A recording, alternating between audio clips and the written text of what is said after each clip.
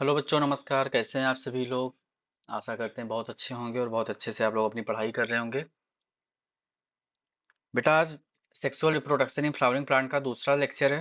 पहला लेक्चर मैंने अपलोड कर रखा है और उसमें हमने सिर्फ इंट्रोडक्शन पूरे चैप्टर का पढ़ा था कि पूरे चैप्टर में हमको कैसे कैसे क्या क्या चीज़ें पढ़नी है। लेकिन इस चैप्टर में जो हम थोड़ी सी डिटेलिंग करेंगे चैप्टर की, थोड़ा सा डीप में जाएंगे और आपके एग्जाम के पॉइंट ऑफ व्यू से ये चैप्टर बहुत इंपॉर्टेंट है। अभी तक अगर आपको ये चैप्टर कठिन लग रहा है या आपको ऐसा लग रहा है कि ये चैप्टर आपसे छूट जाएगा, ये बहुत ही बोरिंग चैप्टर लग रहा है, तो इस चैप्टर को हम बहुत ही आसान भाषा में बहुत ही अच्छे तरीके से नोट्स के हिसाब से आपको जो है पढ़ाने वाले हैं। तो इस चैप्टर में हम ज़्यादातर आज पॉलन ग्रेन के बारे में डिस्कस करेंगे बेटा, जिसको आप माइक्रोस्पोरेंजियम कह रहे हैं। ठीक है, तो ये चैप्टर में मैंने आपके लिए ये टॉपिक्स रखे हुए हैं, आप देख सकते हैं। और ये तमाम किस्म के आपके जो टॉपिक्स हैं, ये आपको आज डिस्कस कराए जाएंगे। तो कैसे कैसे पॉलन ग्रेन बनता है, कहाँ से बनता है, कैसे क्या चीज़ें हो रही हैं, ये तमाम चीज़ें आपको पढ़ाई गई हैं और ये एक एक करके हम लोग जो है इसको डिस्कस करने वाले हैं। ठीक है बेटा, तो फटाफट से आप जुड़ जाइए अपनी क्लास के अंदर। नमस्कार। चलिए, लेक्चर 2 में स्टार्ट करते हैं अपना पहला टॉपिक। पहला टॉपिक हमारा हो जाएगा बेटा स्ट्रक्चर ऑफ माइक्रोस्पोरेंजियम। ठीक है, स्ट्रक्चर ऑफ माइक्रोस्पोरेंजियम। इसमें क्या है, microsporangium is also called a pollen sac. हम माइक्रोस्पोरेंजियम को ही जो है पॉलन सैक के नाम से जानते हैं। ठीक है, पॉलन सैक, सैक मतलब एक झिल्ली होती है, पॉलन की झिल्ली जिसके अंदर पॉलन ग्रेन बनता है या रहता है। ठीक है, उसको कहते हैं microsporangium. It is present inside the anther of a flower. ये आपने कल फिलामेंट देखा था, अब ये आपने कल बाइलोब्ड एंथर देखा था। तो इसी के अंदर ये देखो, वन वन टू थ्री और फोर, ये चार लोब पाए जा रहे हैं, है ना। ये चार लोब पाए जा रहे हैं और इसी चार लोब के अंदर जो है आपका पॉलन सैक जो है यहाँ पे प्रेजेंट हुआ है। ठीक है, ईच एंथर हैज माइक्रोस्पोरेंजिया। सभी एंथर के पास लगभग चार माइक्रोस्पोरेंजिया पाए जाते हैं, चार pollen sac. It is surrounded by four layers. चार लेयर से ये सराउंडेड होती हैं। ये चार लेयर कौन सी हैं, आगे देखते हैं। चार लेयर बेटा माइक्रोस्पोरेंजियम, लेयर ऑफ माइक्रोस्पोरेंजियम में। अच्छा, ये चीज आपके एग्जाम के पॉइंट ऑफ व्यू से बहुत इंपॉर्टेंट है, क्योंकि मेगास्पोरेंजियम और माइक्रोस्पोरेंजियम में बहुत चीजें कंफ्यूज करती है। ठीक है, तो बड़े ध्यान से इस चीज को पढ़ना, क्योंकि ये आपके एग्जाम के पॉइंट ऑफ व्यू से बहुत इंपॉर्टेंट है। अगर चैनल अच्छा लगेगा, वीडियो अच्छे लगते हैं, तो इसको सब्सक्राइब करिएगा चैनल को, और वीडियो को जो है अपने व्हाट्सएप पे शेयर करिएगा, अपने दोस्तों के साथ या ज़रूरतमंद लोगों के साथ शेयर करिएगा, ताकि उन तक ये फ़ायदा जो है बहुत आसानी से पहुंच सके।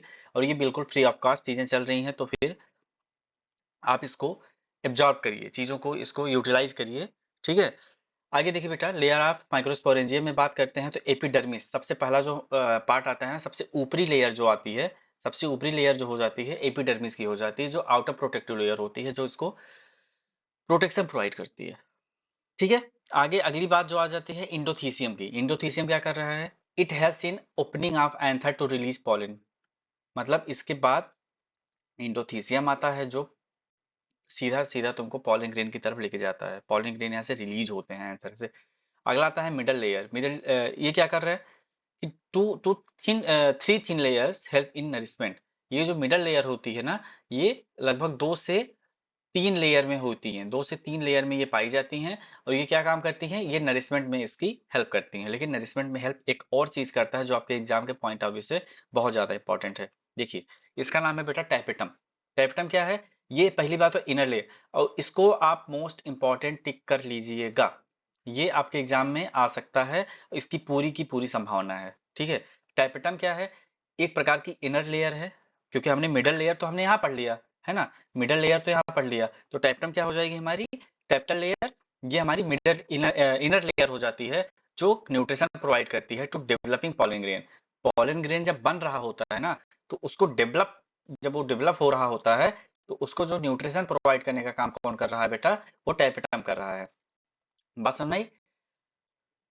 टैप्टल सेल्स आर न्यूट्रिटिव, क्योंकि ये न्यूट्रिशन प्रोवाइड कर रहे हैं, तो ये न्यूट्रिटिव भी हो जाएंगे आपके। Cells of tapetum possess dense cytoplasm. Capital cell के पास बहुत ज्यादा मात्रा में, घने मात्रा में, इनके घनत्व के साथ जो है साइटोप्लाज्म पाए जाते हैं। And generally have more than one nucleus. और इनके पास एक न्यूक्लियस से ज्यादा जो है होते हैं, एक से ज्यादा न्यूक्लियस इनके पास पाए जाते हैं इनके इनसाइड पार्ट में। मतलब अभी तक आपने देखा, जो पूरे एंथर है, एंथर के इनसाइड के पार्ट में देखेंगे ना, तो सेंटर कंटेन्स स्पोरोजिनस टिश्यू। बीच में, बिल्कुल बीच में क्या है, स्पोरोजीनियस टिश्यू पाए जाते हैं यहाँ पे, ठीक है। The cells divide to form pollen grain, और यही सेल जो है डिवाइड करती हैं तो पॉलन ग्रेन या माइक्रोस्पोर के अंदर फॉर्मेशन करती हैं। आइए स्ट्रक्चर देखते हैं एक बार इसका। देखिए हमने जो बात की ना, हमने सबसे आउटर लेयर की बात की, ये वाली, इसका नाम क्या हो गया, एपिडर्मिस हो गया। उसके बाद की लेयर जो बात की मैंने, इंडोथीसियम हो गई। फिर उसके बाद की लेयर, जो थर्ड लेयर आपकी एपिडर्मिस और इंडोथीसियम के बीच की एक लेयर है, जो बेटा जिसका नाम आपने दे दिया मिडल लेयर। फिर यहीं पे देखो बीच में देखो इसके स्पोरोजेनस टिश्यूज पाए जाते हैं, और उसके पहले जो है आपका पाया जा रहा है टैपेटम लेयर। ये वाली लेयर जो आप देख रहे हो ना, ये वाली लेयर, ये आपकी टैपेटम लेयर हो जाती है। और इसके बीच में कनेक्टिव टिश्यू आपके कुछ थोड़े बहुत पाए जाते हैं, ठीक है। इसके बीच में ये कनेक्टिव टिश्यू पाया जाता है। ये आपका टीएस है, ठीक है, ट्रांसवर्स सेक्शन है किसी भी माइक्रोस्पोरेंजियम को काट के जब हम देखते हैं। ये इसकी रियल इमेज है।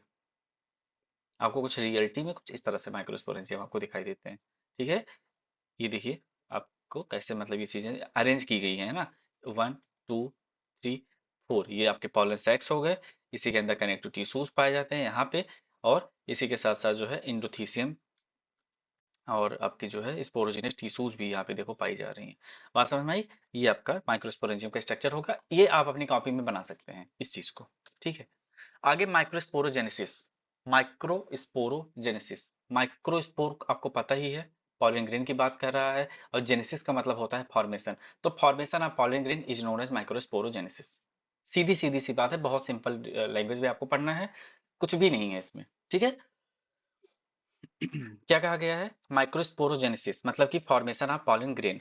डिफिनेशन क्या बन जाएगी कि माइक्रोस्पोरोजेनेसिस इज द प्रोसेस, एक ऐसी प्रक्रिया है जिसमें फॉर्मेशन ऑफ माइक्रोस्पोर, माइक्रोस्पोर का फॉर्मेशन या पॉलन ग्रेन का फॉर्मेशन हो रहा है। कहां से हो रहा है, from MMC, microspore mother cell से माइक्रोस्पोर पॉलन ग्रेन का आपका फॉर्मेशन हो रहा है। कहां पे हो रहा है, माइक्रोस्पोरेंजियम के अंदर माइक्रोस्पोर मदर सेल से माइक्रोस्पोर का फॉर्मेशन हो रहा है। इसी को कहते हैं माइक्रोस्पोरोजेनेसिस। नहीं क्लियर हुआ, एक बार फिर से देखिए। देखिए microsporogenesis is the process of formation of microspore. सीधी सीधी सी बात है कि माइक्रोस्पोर का फॉर्मेशन हो रहा है। कौन कर रहा है, माइक्रोस्पोर मदर सेल कर रही है। कहां कर रही है, माइक्रोस्पोरेंजियम के अंदर कर रही है। किसका फॉर्मेशन हो रहा है, माइक्रोस्पोर का हो रहा है। कौन कर रहा है, एमएमसी कर रही है। कहां कर रही है, माइक्रोस्पोरेंजियम के अंदर कर रही है। क्लियर, बस इतनी ही बात है इसमें, सिर्फ इतनी सी बात है। माइक्रोस्पोरोजेनेसिस को आप अच्छे से क्लियरली समझ जाएंगे। As each cell is capable of giving rise to microspore tetrad, each one has potential of pollen or microspore mother cell, this is known as PMC, pollen mother cell, क्योंकि हर mother cell जो है एक नए pollen grain का formation कर सकती है। स्टेप्स कुछ इसमें आ जाते हैं कि कैसे कैसे माइक्रोस्पोरोजेनेसिस होती है ना, माइक्रोस्पोरोजेनेसिस का फॉर्मेशन कैसे कैसे होता है, कैसे एक पॉलन ग्रेन का फॉर्मेशन हो जाता है, देखते हैं। सबसे पहले फॉर्मेशन ऑफ एमएनसी होता है। माइक्रोस्पोर मदर सेल खुद तो बनेगी, अभी तो वो जो है माइक्रोस्पोर बनाएगी ना। देखो स्पोरोजेनस टिश्यूज जो होती हैं, आपने स्पोरोजेनस टिश्यू कहाँ पढ़ा है, यहाँ पढ़ा है। ये जो स्पोरोजेनस टिश्यूज होती हैं, ये कहाँ गया, ये रहे। ये स्पोरोजेनस टिश्यू जो होते हैं ना, ये आपके फॉर्म्स एमएमसी, यही एमएमसी का फॉर्मेशन करते हैं। माइक्रोस्पोर मदर सेल का फॉर्मेशन करते हैं, जो 2n सेल्स होती हैं, इनको 2n सेल्स कहा जाता है। ये फिर मियोसिस इनके अंदर स्टार्ट होता है ना, मतलब कि माइटोटिक डिवीजन मियोटिक डिवीजन कर लेती हैं ये सब। फिर टेट्राड का फॉर्मेशन हो जाता है। टेट्राड में 4 हैप्लॉइड एन जो माइक्रोस्पोर होते हैं, यही एक टेट्राड बन के जो एमएमसी होती हैं वो टेट्राड का फॉर्मेशन कर लेती है, मतलब कि 1 2 3 4 सेल का फॉर्मेशन कर लेती हैं। फिर इनका सेपरेशन हो जाता है भाई, ये अलग ये अलग ये अलग और ये अलग हो जाते हैं, चार ये अलग अलग डिवाइड हो जाते हैं। तो माइक्रोस्पोर सेपरेट फ्रॉम टेट्राड। अगला पॉइंट हो जाता है कि पॉलन ग्रेन फॉर्म, मतलब जब ये अलग होंगे तो अलग होते ही इनके ईच माइक्रोस्पोर डेवलप्स इनटू ए पॉलन ग्रेन। जैसे ये अलग होंगे सभी सभी माइक्रोस्पोर एक एक पॉलन ग्रेन बना के तैयार कर लेते हैं। बात समझ में आई? आगे आती है बात पॉलन ग्रेन की। अभी तक क्लियर हो गया सब चीज, अच्छे से आप समझ पा रहे थे। अब पॉलन ग्रेन की बात करते हैं स्पेशली कि होता क्या चीज है। आपको आइडिया है कि पॉलन ग्रेन क्या चीज है? आप क्या बता सकते हैं इस बारे में कि आपको पॉलन ग्रेन के बारे में आपको कितनी जानकारी है? अगर नहीं है तो आइए देखते हैं, बात करते हैं। व्हेन टेट्राड ब्रेक्स, जब यही 4 सेल वाली टेट्राड जो होती है वो ब्रेक होती है, ईच माइक्रोस्पोर, उसमें से जितने 4 अलग अलग माइक्रोस्पोर थे ना, वो सब के सब क्या कर रहे हैं, पॉलन ग्रेन का फॉर्मेशन कर रहे हैं। पॉलन ग्रेन एक प्रकार का मेल गैमेटोफाइट है बेटा, क्योंकि मेल गैमेट सिक्रीट कर रहा है। स्फेरिकल इन शेप, स्फेरिकल मतलब ऐसा, स्फेरिकल इन शेप होता है, मेजरिंग अबाउट 25 से 50 माइक्रोमीटर, है ना। माइक्रोमीटर को तुम लिखने के लिए तुम ऐसे भी इस्तेमाल कर सकते हो। तो ये माइक्रोमीटर आपका हो जाता है। तो माइक्रोमीटर जो है 25 से 50 माइक्रोमीटर डायमीटर में होते हैं। इनके पास दो लेयर पाई जाती हैं। पहली लेयर जो हार्ड होती है, बाहर होती है, उसको नाम इग्जाइन दिया जाता है। अगली होती है जो इनर वाल होती है, उसको हम इंटाइन कर देते हैं। ये देखिए आपका पॉलिन ग्रेन का स्ट्रक्चर है। अगर आपके एग्जाम में आएगा व्हाट इज पॉलिन ग्रेन या कैसे आपको बनाना है पॉलिन ग्रेन, तो इस तरह से आप बनाएंगे। यहाँ पे बेटा देखो जर्म पोर हो जाते हैं, थिकनिंग ऑफ सेलुलोज है, ये एग्जाइन है सबसे ऊपरी वाल। देखिए ये सबसे ऊपरी वाल दिख रही है ना आपको, एग्जाइन हो गई, ये तुम्हारे जर्म पोर हो जाते हैं। ठीक है, ये जर्म पोर हो गए। अंदर की वाल की बात करते हैं तो इंटाइन हो जाती है। इसके अंदर एक जनरेटिव न्यूक्लियस पाया जाता है और एक इसके अंदर वेजिटेटिव न्यूक्लियस पाया जाता है। क्लियर हो गया। आगे देखिए प्रॉपर्टीज ऑफ एग्जाइन। एग्जाइन की प्रॉपर्टी क्या होती है बेटा? एग्जाइन जो होती है, ये बहुत अच्छे से ध्यान में रखना, क्योंकि आपके एग्जाम के पॉइंट ऑफ व्यू से अगर देखा जाए तो एमसीक्यूज में क्वेश्चंस बहुत अच्छे से बनते हैं कि जो एग्जाइन की वॉल होती है वो किस चीज से मिलकर बनी होती है, वो किस चीज की बनी होती है। आप टिक लगाएंगे पटाख से स्पोरोपोलिनिन बताएंगे, वहां पे काइटिन भी होगा, वहां पे सेलुलोज होगा, वहां पे कुछ और भी केमिकल होंगे। स्पोरोपोलिनिन भी अगर वहां पे दिखता है तो लगाइएगा, नहीं दिखता है तो नन ऑफ द एबव लगा दीजिएगा। सीधी सीधी सी बात है। ठीक है, तो जो एग्जाइन है इसकी सबसे बड़ी प्रॉपर्टी है कि ये बेटा स्पोरोपोलिनिन से ये मिलके जो है बना होता है। इसी स्पोरोपोलिनिन की वजह से it withstand high temperature and acid and alkali, किसी भी एसिड से, अल्कलाई से, किसी भी हाई टेम्परेचर प्रेशर से जो है पोलन ग्रेन को बचाता है। इट हैज जर्म पोर, इसके पास जर्म पोर होते हैं। यहाँ पे देखिए, ये देखिए इसकी बात हम कर रहे हैं, इसकी बात कर रहे हैं हम। इसके पास जर्म पोर होते हैं वेयर स्पोरोपोलिनिन इज एब्सेंट, जहाँ पे स्पोरोपोलिनिन जो होते हैं एब्सेंट होते हैं। मतलब कि ये जो होती हैं ये यहाँ से पाई जा रही हैं। देखिए आप, यहाँ पे पाई जा रही है, यहाँ तक पाई जाती हैं, लेकिन जहाँ पे जर्म पोर है ना, यहाँ पे जो है एब्सेंट हो जाएंगी स्पोरोपोलिनिन। फिर यहाँ से यहाँ तक पाई जाएंगे, फिर यहाँ पे एब्सेंट हो जाएंगे, फिर यहाँ से ये इस तरह से पाई जाएंगे, फिर यहाँ पे एब्सेंट हो जाएंगे। तो इस तरह से स्पोरोपोलिनिन जहाँ पे जर्म पोर होता है वहाँ पे नहीं पाया जाता है। अगर पूछ लिया गया कि sporopollenin in the pollen grain absent in which part या फिर इन विच एरिया, तो आप क्या आंसर देंगे बेटा? सर स्पोरोपोलिनिन जो होता है वो जर्म पोर वाले हिस्से में जो है एब्सेंट होता है, बाकी पोलन ग्रेन के एग्जाइन वाल की हर जगह पे पाया जाता है आपका स्पोरोपोलिनिन। बात समझ में आई? Exine has various patterns and design, exine के पास बहुत सारे पैटर्न और डिजाइन, मतलब कैसे कैसे भी इनको पकड़ के खींच दो, सब सही है। ठीक है, प्रॉपर्टीज ऑफ इंटाइन। इंटाइन की प्रॉपर्टी क्या है? ये तो एग्जाइन की प्रॉपर्टी हो गई। स्पोरोपोलिनिन होता है हाई टेम्परेचर, स्पोरोपोलिन से मिलकर बना होता है, high temperature pressure alkali acid acid वगैरह से इसको बचाता है। जर्मपोर के पास एसिड नहीं होता है, ये स्पोरोपोलिन नहीं पाए जाते हैं। और डिजाइन जो होता है इसका अलग अलग डिफरेंट शेप का, साइज का होता है, अलग अलग डिजाइन के होते हैं। इंटाइन की प्रॉपर्टी बहुत ईजी है बेटा। थिन लेयर होती है, पतली लेयर होती है, it is made up of cellulose and pectin.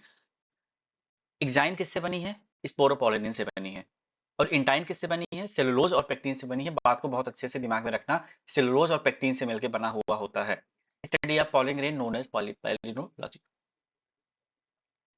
आपसे दे दिया जाएगा क्वेश्चन कि यहाँ पे, अच्छा पॉलिनोलॉजी भी होता है कई बार, पॉलिनोलॉजी होता है कई बार, या फिर पोमोलॉजी भी लिखा होता है बेटा यहाँ पे, है ना। पोमोलॉजी, तो अलग अलग चीज है ये। तो इसको घसीट के एक में मत कर देना बेटा। इसकी स्टडी जो होती है इसको पैलिनोलॉजी कहा जाता है। बात समझ में आई? इसकी स्टडी को पैलिनोलॉजी कहा जाता है। आगे देखिए बात करते हैं ना, तो ये कैसे कैसे पॉलन मदर सेल या माइक्रोस्पोर मदर सेल कैसे कैसे पॉलन ग्रेन का फॉर्मेशन कर रही हैं, ये भी आप यहाँ पे नीचे देख पा रहे होंगे। इसमें लिखा है कि stages of A microspore maturing into a pollen grain. कौन कौन सी स्टेज इसमें फॉलो की जा रही हैं जिसमें एक माइक्रोस्पोर जो है बदल रहा है, मैच्योर हो रहा है एक पॉलन ग्रेन के अंदर। पहला क्या है? पॉलन मदर सेल या पीएमसी, या इसी को एमएमसी हम कहेंगे। पीएमसी या एमएमसी, ये देखिए ये रहा। इसके अंदर मियोसिस होता है, जब मियोटिक डिवीजन करते हैं ना, तो एक से ये दो माइक्रोस्पोर डायड बना लेते हैं। वही जब आगे मियोसिस सेकंड में जाते हैं तो माइक्रोस्पोर टेट्राड बना लेते हैं, 1 सेल 2 सेल 3 सेल और 4 सेल का फॉर्मेशन कर लेते हैं। उसके बाद ये जो माइक्रोस्पोर एक इस तरह से कुछ बन जाता है इनका। उसके बाद इनके पास दो लार्ज वैक्यूल्स आ जाते हैं और एक इनके पास एक बड़ा सा न्यूक्लियस हो जाता है, जनरेटर न्यूक्लियस हो जाते हैं। आगे ये देखिए यहाँ पे एक एसिमेट्रिक, ये जो न्यूक्लियस है ना, आगे चल के क्या कर रहा है, ये लार्ज वैक्यूल दो मिलके एक बड़ा सा बना लेते हैं जो पूरे सेल के अंदर फैल जाते हैं। और न्यूक्लियस जो होता है ये एसिमेट्रिक स्पिंडल का फॉर्मेशन कर लेता है। जब ये एसिमेट्रिक स्पिंडल का फॉर्मेशन करेगा ना, तो यही आगे चल के कुछ इस तरह का फॉर्मेशन किया, जहाँ यहाँ देखिए इस तरह का फॉर्मेशन किया, दो सेल्स को अलग अलग कर दिया, डिवाइड कर दिया। पहला सेल जो हो गई आपका वेजिटेटिव सेल हो गई, और दूसरी सेल हो गई आपकी जनरेटिव सेल। एक आपकी एक सेल की होगी, एक आपकी दो सेल की होगी। ये two cell three celled structure आपका कहा जाता है। आगे भी बात हम इसके बारे में भी करते हैं। देखिए स्टेजेस कौन कौन से हैं, माइक्रोस्पोर कैसे कैसे पॉलिन ग्रेन में चेंज हुआ है। देखिए डायग्राम से भी समझाएंगे, यहाँ से भी समझा रहे हैं आपको, वहां पे अगर अगर समझ में आया होगा तो ठीक है, नहीं आया है तो ये सबसे इजी है। यूनिन्यूक्लिएट है, मतलब कि एन जो एन सेल है, ये वाली एन सेल है। एन से आपकी single haploid cell round in shape है। फर्स्ट में मिटोसिस होती है, तो इसमें क्या होता है बेटा आपका, माइक्रोस्पोर डिवाइड होते हैं दो अनइक्वल सेल्स में। फिर जब टू सेल स्टेज बन जाती है ना, तो पहला वाला जो सेल है वेजिटेटिव सेल है, वो बड़ी होती है। यहाँ पे देखिए ये वेजिटेटिव सेल ना, ये वाली सेल ये बड़ी है, तो ये फॉर्म्स पॉलन ट्यूब, ये पॉलन ट्यूब का फॉर्मेशन कर देती है। लेकिन जो जनरेटिव सेल होती है ना, ये स्मॉल होती है और फॉर्म्स मेल गैमीट, ये मेल गैमीट का फॉर्मेशन करती है। फिर जनरेटिव सेल डिवाइड होती है, ये आपकी जनरेटिव सेल, ये वाली सेल आपकी जो है ये डिवाइड हो जाती है, और जब डिवाइड होती है तो दो मेल गैमीट का फॉर्मेशन कर लेती है। तो mature pollen grain usually have three celled. Mature, जब पॉलिन ग्रेन मैच्योर हो जाता है, एक एमएमसी, एक सिंगल एंड हैप्लॉइड स्ट्रक्चर, यही आगे चल के जो है तीन सेल का फॉर्मेशन कर लेता है। जो वेजिटेटिव सेल होती हैं, जो वेजिटेटिव सेल होती हैं वो एक सेल का फॉर्मेशन करती हैं। जो मेल गाइमिट होती है वो दो एक एक वेजिटेटिव सेल, मतलब यही पॉलन ग्रेन जो है तीन सेल में बदल जाती है। पहला मतलब एक वेजिटेटिव सेल उसके पास आ जाती है, और दो उसके पास क्या होता है आपके मेल गाइमिट का फॉर्मेशन हो जाता है। अभी मैं आपको एक डायग्राम बना के यहाँ पे देखो बना हुआ है, दिखाता हूँ। The symmetric spindle device through mitosis known as asymmetric mitosis. जो सिमेट्रिक स्पिंडल है, यहाँ पे देखिए जो सिमेट्रिक स्पिंडल है यहाँ पे डिवाइड हो रहा है माइटोसिस से, और ये जो है इसको एसिमेट्रिक माइटोसिस कहा जाता है। A pollen grain shed at two celled stage, दो सेल का स्टेज होता है। It have to form male gamete in pollen tube until it reaches to ovule. एक पॉलन ट्यूब का फॉर्मेशन कर लेती है इस तरह से, जैसे ये तुम्हारा पॉलन है तो इस तरह से एक पॉलन ट्यूब का ये इस तरह से फॉर्मेशन करती है, और जो है आगे चल के ये तब तक ये उसके साथ रहती है जब तक ये ओव्यूल के अंदर पहुंच नहीं जाती। ओव्यूल के अंदर पहुंचेगी, यहाँ से कट के निकल जाएगा ये। इसका मेल गैमीट का जो ट्रांसफर होता है वो यहीं से होता है ऐसे, ठीक है। आगे देखिए, ये देखिए हमें हमने यहाँ पे बात की ना माइक्रोस्पोर मदर सेल जो 2n है, यहाँ पे आगे चल के मियोसिस करता है। 2n कैसे हुआ बेटा, क्योंकि इसके पहले तो एक सेल आई थी, एक सेल आके जो है ये दो 2n सेल में कन्वर्ट कर दी थी। फिर वो यहाँ से हम डायरेक्टली उठाए हैं, तो ये 2n सेल जो है आपकी यहाँ पे 4n सेल का फॉर्मेशन करती है। फिर एक यहाँ पे बड़ा सा वैक्यूल बन जाता है, और यहाँ पे एक बड़ा सा जनरेटिव सेल, और जो न्यूक्लियस होते हैं ये टू सेल्ड होती हैं। आगे चल के ये माइटोसिस होता है, जब माइटोसिस अब जनरेटिव सेल हो जाती हैं, तो ये चल के आपके एक वेजिटेटिव सेल और एक थ्री सेल्ड स्टेज, मतलब कि यहाँ पे एक वेजिटेटिव और एक यहाँ पे जनरेटिव सेल बन जाती है आपकी three celled stage of pollen grain, इसको कहा जाता है। ये कंप्लीट डायग्राम अगर आपको दिमाग में बैठा है, याद हो जाता है, ये आपके एग्जाम में आप इसको बना सकते हैं, और बना के अच्छा नंबर 3 नंबर से 5 नंबर तक यहाँ पे आप इसको गेन कर सकते हैं। बात समझ में आई। पॉलिन एलर्जी, पॉलन से होने वाली, इसके बारे में बहुत ज्यादा बात नहीं करनी बेटा, इसमें बस केवल ये मतलब जो स्लाइड्स मैंने अटेंड इसमें की है, ये आपके नोट्स के लिए की है मैंने। बाकी आप जो है मैं थोड़ी सी बातें बताता हूँ आपको, कि पॉलन एनर्जी एक प्रकार का रिएक्शन होता है जो आपके इम्यून सिस्टम को इफेक्ट करता है, आपकी इम्यूनिटी को कमजोर करता है, ठीक है। Pollen grain in the air, हवा में पाए जाने वाले पॉलन ग्रेन आपके अंदर जाते हैं और आपके इम्यून सिस्टम को थोड़ा सा डैमेज करने की कोशिश करते हैं। Causes, tiny pollen grains from flowers grasses trees, वहां से आप आते हैं ये।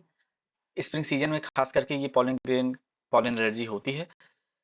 स्प्रेड थ्रू एयर, खास करके एयर से ये फैलते हैं, जिसको विंड पॉलिनेशन कहा जाता है। पार्थीनियम सबसे ज्यादा इंपॉर्टेंट है, ये पार्थीनियम, इसको मैंने हाईलाइट भी देखो कर रखा है। तो पार्थीनियम कॉजेज पॉलन एलर्जी, ज्यादातर पार्थीनियम जो गाजर घास कैरेट ग्रास उसको कहते हैं आई थिंक, तो ये जो पार्थीनियम होता है ना, ये आपका सबसे ज्यादा पॉलन एलर्जी फॉर्मेशन करता है। ये पॉलन ग्रेन इसके जो होते हैं सबसे ज्यादा पॉलन एलर्जी एलर्जी जो है क्रिएट करते हैं।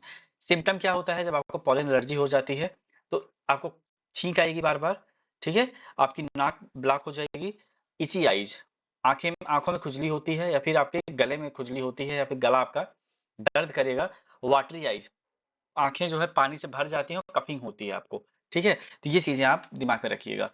बॉडी में क्या होता है, बॉडी ट्रीज हार्मफुल, एक हिस्टामाइन केमिकल का रिलीज करती है। अच्छा, ये क्वेश्चन आपके एग्जाम में पूछा जा सकता है कि जब पॉलन एलर्जी होती है तो हमारे बॉडी में कौन सा एक प्रकार का केमिकल रिलीज होता है, कौन से प्रकार का केमिकल रिलीज होता है, नाम बताइए। तो नाम उसका होगा बेटा हिस्टामाइन। देखिए बहुत डिटेल है ये बहुत डिटेल है। इससे ज्यादा डिटेल, इससे ज्यादा इससे बाहर का कुछ पूछेगा ही नहीं आपके बोर्ड के एग्जाम में।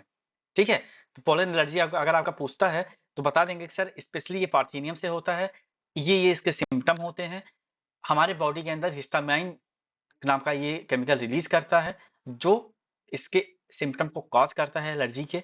इससे बचने के कुछ उपाय हैं, बाहर निकलो तो मास्क लगा लो, खिड़की वगैरह बंद करके रखो, नहा के आओ, अगर नहा नहा लो अगर कहीं बाहर से आते हो, या पार्क या गार्डन में पॉलन सीजन के समय, पॉलन सीजन मतलब बेटा वही तुम्हारा जो है आपका स्प्रिंग सीजन होता है, स्प्रिंग सीजन में आप बाहर निकलने से पहले मास्क लगा लो, खिड़कियां बंद कर लो, आप अंदर आते हो तो जो है आप नहा लो, और उसके बाद आप जो है पार्क या गार्डन्स को जो है अलाउ मत करो।